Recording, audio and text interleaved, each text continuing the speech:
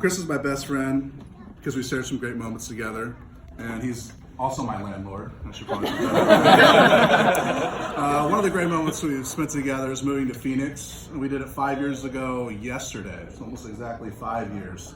And I could say, who would imagine, but we did. And we came down here to pick up a 1-ton pool table, moved it 700 miles to Reno, and then moved it back 6 months later. So our imagination needs a little bit of help on that one. We share some great moments, we share some tough moments, as Bo mentioned in the ceremony, Frank and Kevin. But Chris is my best friend because we've been through it all together, and he's my landlord because he never raises my rent. I've known Chris since the 90s. I've been friends with him since the 2000s.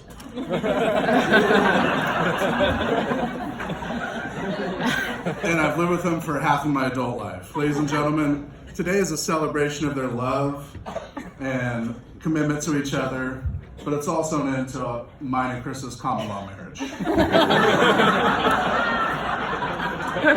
We've lived long enough together that my mom started to ask questions. Chris, I never told you this, but about 4 months after moving here, our neighbor came up to me and said, "It's so wonderful to see you two.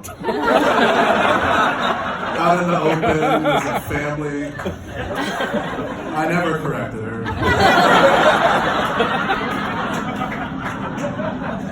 Now, when you live with a friend for so long, you get a little awkward when they start bringing a girl around. Tim and Aaron began getting serious. Chris would try to include me on things I had no business being a part of. Like their first Valentine's Day. Chris told me he was going to cook dinner for her. He was making a Valentine's Day classic, chicken enchiladas.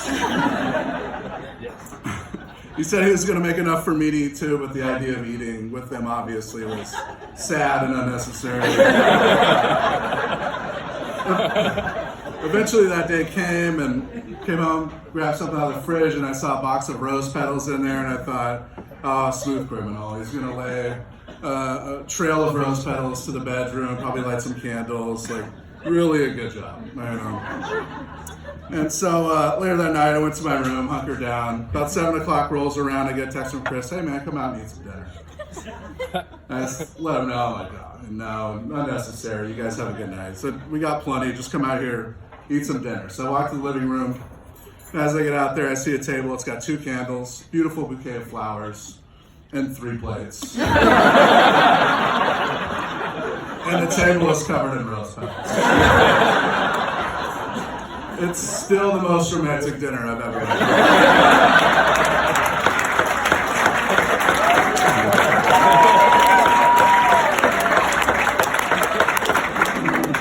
Like I said, we've been through some beautiful moments. When Chris asked me to be his best man, it was an honor.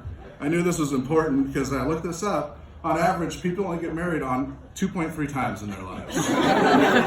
So I began writing down notes, jotting down stories, watching examples, looking at other best man speeches online. I wanted it to be perfect. And so last night I began. Honestly, I was surprised Chris asked me to be his best man. Not because we aren't friends, but because Chris actually admitted I'm the best at something. You see, we have a friendship based on competition.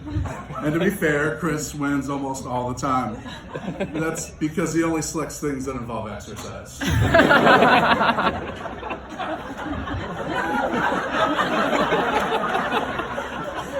That's all right, I need it. You're not just beating me at tennis, you're saving a life.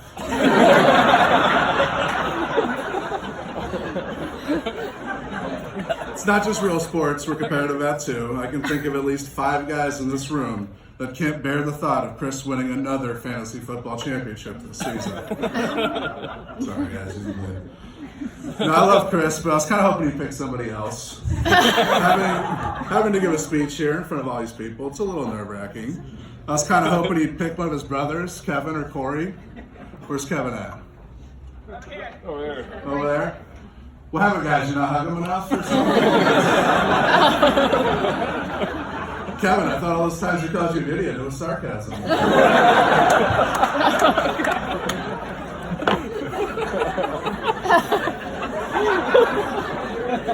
That's fine. I love Chris. Like a brother, I love Chris. But I don't love Chris as much as Chris loves himself. Yes. Chris is 6'3" 3/4. Yes. 215 pounds of confidence. He's an athlete. He identifies as an athlete. On his ID, under gender, it says ATH, athlete.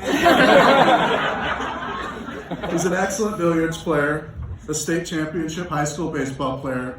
He got a full ride to play college baseball. He's an athlete. If you know anything about Chris as a baseball player, though, you know he loves drilling people. Chris is to hitting people what Mike Tyson is to hitting people. I looked up how many guys he hit at Bluefield State his senior year when he played college baseball. And in 1 year, he drilled 34 guys. It's true. 1 year, 3 every 9 innings. About baseball. Some would say he probably couldn't throw a strike, but he says they're on purpose. If drilling batters was a sport, Chris would have gone Division I. Now, he's not great at everything. I watched him at this year's state fair spend $60 trying to make one basket. Of course, the game is rigged, but he can pull anything off. At least that's what he thinks. Take this Halloween, for instance. Aaron wanted him to dress up as a Costco hot dog. When he put the costume on, he looked like a sad dog. So sad, she let him out of wearing it. So he went to the costume store last minute and bought himself a full-body Ninja Turtles outfit. But he bought one in a size, I would say, children's medium. It was tight. I'd never seen Chris in such detail.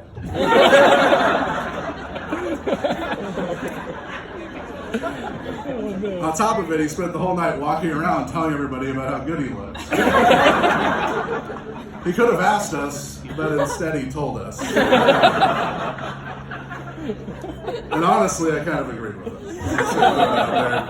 Chris is a believer in himself. Despite being maybe the slowest person in this room, and this is true, he once chased down a man barefoot and made a citizen's arrest. That is true. He's an athlete. But as much as I tell you, Chris loves himself, I know he loves Aaron more.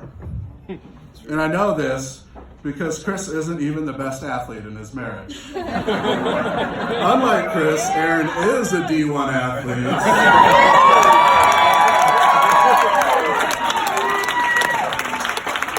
And the fact that Chris's kids are going to get their athleticism from their mom is just hilarious. So when your kids are old enough to start playing sports, Aaron, maybe you can let Chris be the assistant coach or something. Together, they are a great team. Aaron is a great cook. Chris has Uber Eats. Aaron does the laundry and Chris wears clothes. Aaron even makes ice cubes out of coffee, so when they melt, his coffee doesn't get watered down. He's the best. Next level. The best. Next level. I've stolen a few. Yes. If they were a football team, Aaron would be the offense and the defense, and Chris would be special teams. All 3 phases, right, Chris? Thanks, man. But in all seriousness, I want to thank the Holzmeisters, Leanne and Jeff, where you guys at. Thank you very much. Yes. You raised a wonderful person, and besides making my friend the happiest man on earth, she's been a great friend to me, and an even better friend to my dog Tebow. She makes the best snickerdoodle cookies on planet Earth, and I bet she'll make an even better landlord. I also want to thank the Rabes, Cindy and Roy, where you guys at? Thank you guys. You did the best you could. I'm so happy for my friends. I know the two of you do great things together. I hope your souls nourish each other into the future. Like both said. Yeah, and I wish you great fortune in the years to come. I love you both. Cheers.